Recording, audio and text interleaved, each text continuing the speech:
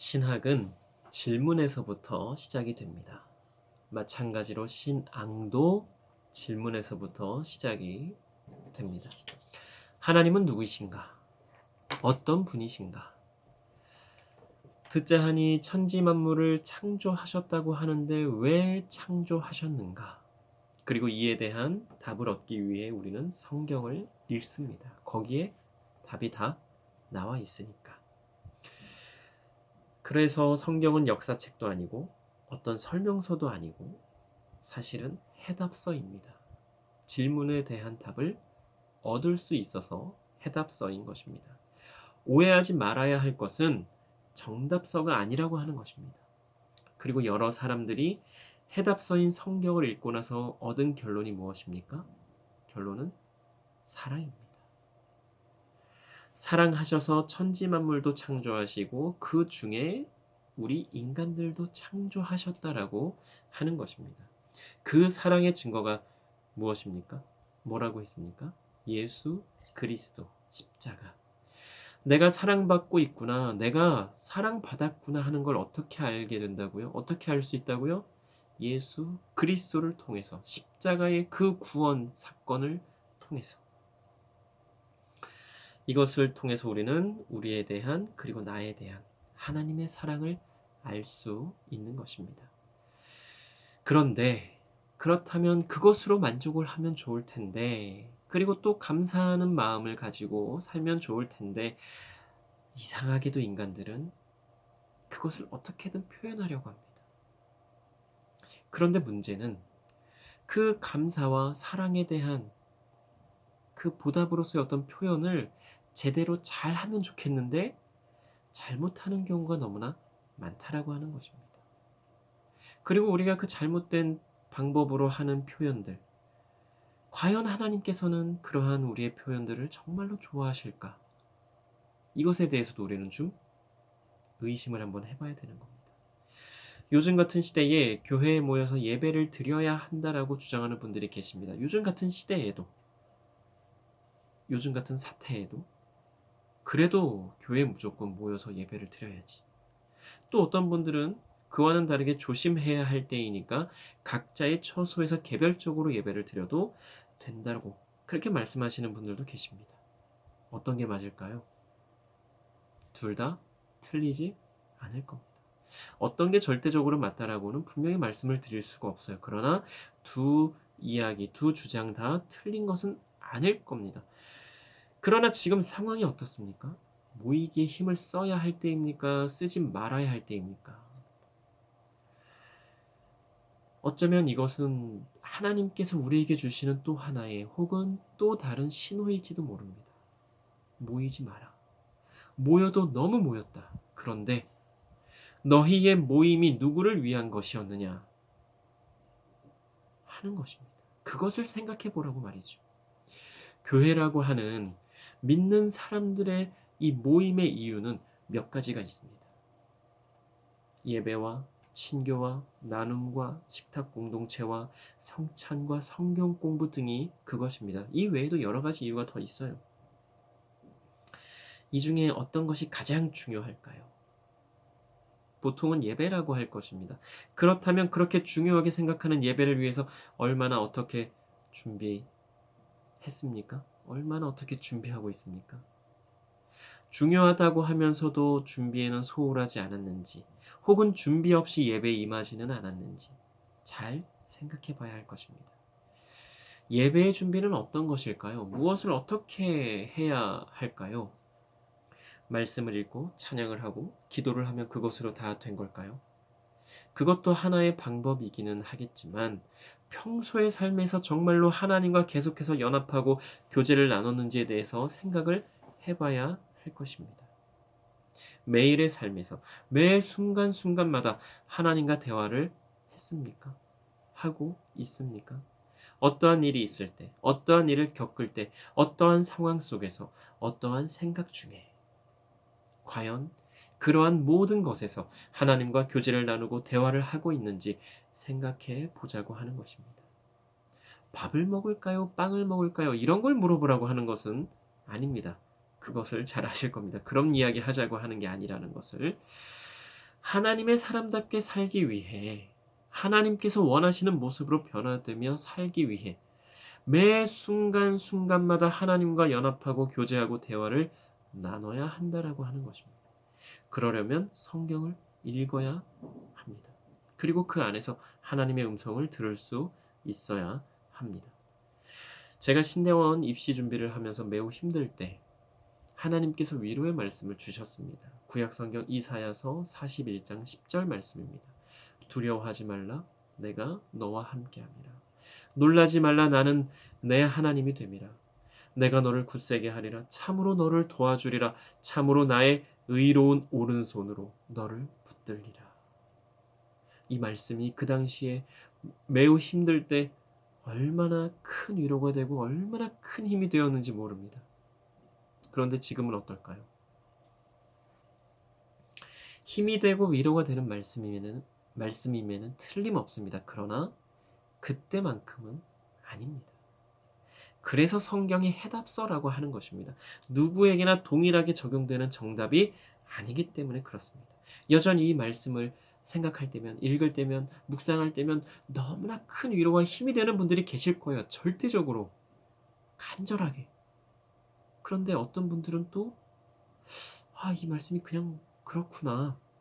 좋은 말씀이네. 정말 큰 힘이 되고 위로가 되는 말씀이네 하면서 큰 감흥이 없을 수도 있습니다. 우리가 너무나도 잘 아는 말씀 시편 23편 1절 무슨 말씀이에요? 여호와는 나의 목자시니 내게 부족함이 없으리로다. 정말로 그렇습니까? 정말로 나한테 부족함이 없다라고 생각하십니까? 대부분의 사람들은 그렇다고 고백하고 싶지만 하나님께 솔직하게 이것도 부족하고 저것도 부족합니다라고 고백을 할 겁니다. 혹은 정말로 그렇다라고 고백을 하면서도 마찬가지로 이것저것 여러 가지를 간구할 것입니다.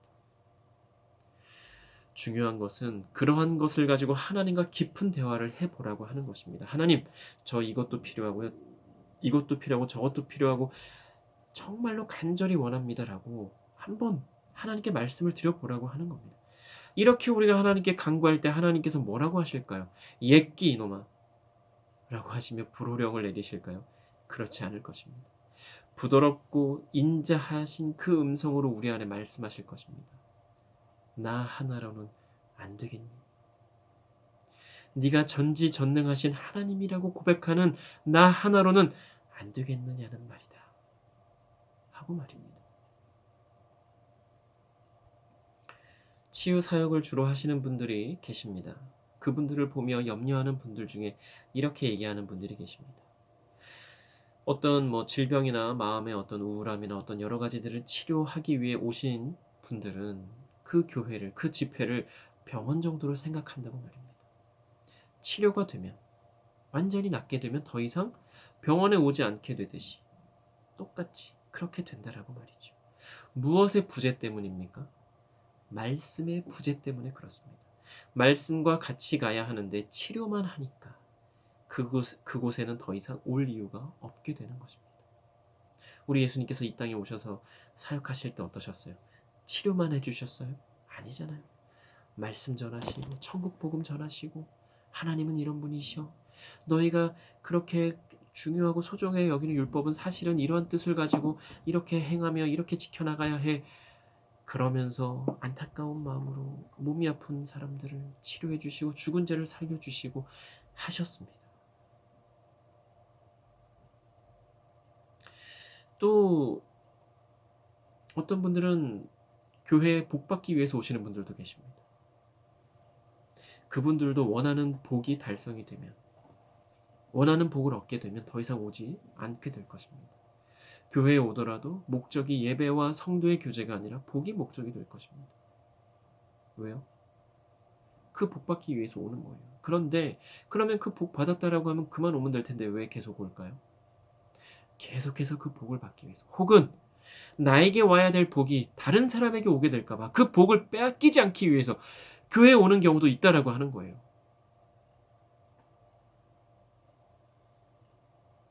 무엇이 잘못된 것입니까? 신학도 신앙도 다 잘못된 것입니다. 질문도 없고 생각도 없고 고민도 없는 것이 문제가 된 것이란 말이죠. 그래서 그리스도인들은 계속해서 질문하고 답을 얻어야 하는 것입니다. 그 반복이 없으면 좀비와 다를 게 없는 거예요.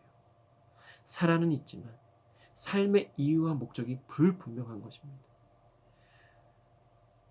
이유와 목적이 오직 복에만 집중되어 있는 것입니다.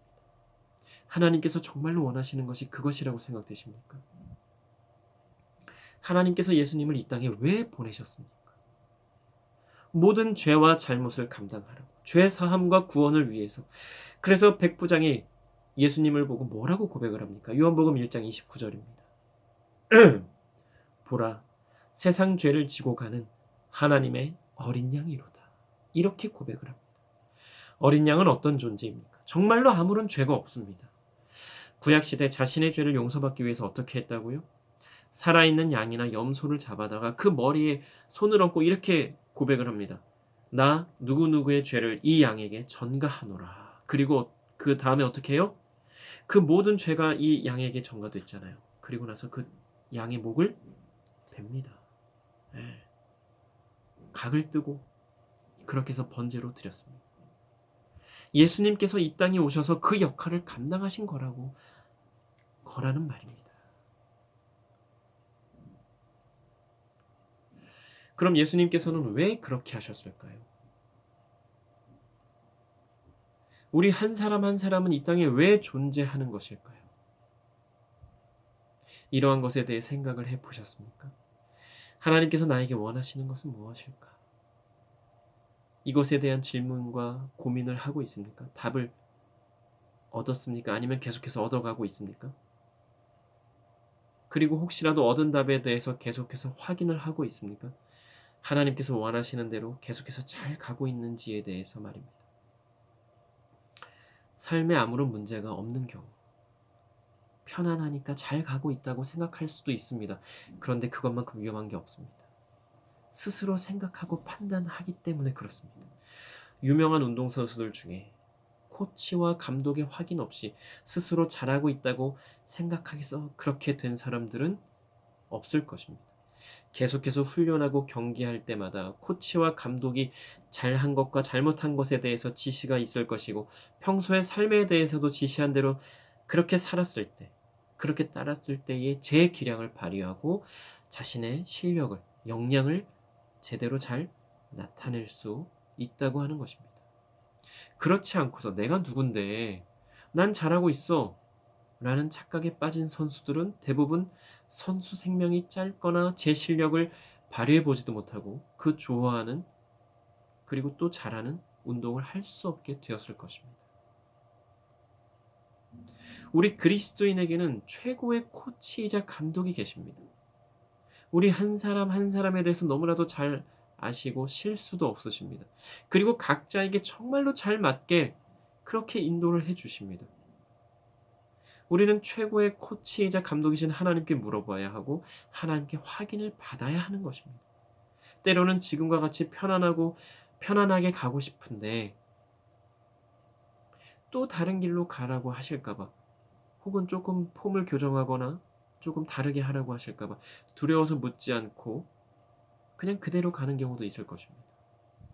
잘못하고 있는 것을 알지만 때로는 그것에 대한 지적이나 변화가 싫어서 이 정도는 괜찮다라고 하는 생각에 부정할 때도 있을 것입니다. 어차피 내가 아니어도 다른 누군가가 이 자리에서 이렇게 해 먹을 텐데, 할 텐데 하면서 말이죠. 또 나는 잘하고 있다는 생각에 하나님께서 원하시는 대로의 방향으로 가지 않을 수도 있습니다. 그리고 지금이 좋사오니 방해하지 마십시오. 참견하지 마십시오. 라고 할 수도 있어요. 내가 하나님의 자녀라고 생각된다면, 내가 하나님을 믿고 따르는 그리스도인이라고 고백을 한다면, 내가 예수님의 제자라고 하는 생각을 하고 있다면, 말씀을 읽고 말씀을 통해서 질문과 대답을 통해서 나에게 말씀하시는 대로 살아야 할 것입니다. 나는 예수님에 대해서 어떻게 고백을 하고 있습니까? 예수님께서 물으십니다. 얘야, 너는 나를 누구라 생각하느냐? 기도 드리시겠습니다. 사랑과 은혜의 하나님, 참으로 감사합니다. 오늘도 귀한 말씀을 통해서 또 여러 가지로 생각하게 하여 주시고 깨닫게 하여 주시니 참으로 감사를 드립니다. 하나님, 우리가 습관적으로 신앙생활을 하고 믿음 생활을 하고 있지는 않은지 스스로 점검하게 하여 주시고 확인하게 하여 주시옵소서. 또한 계속해서 말씀을 통해 하나님과 깊은 대화를 나누고 그 대화를 통해 하나님의 음성을 들으며 하나님께서 원하시는 대로의 삶을 살고자 몸부림치며 노력하는 우리가 되게 하여 주시고, 정말로 하나님 앞에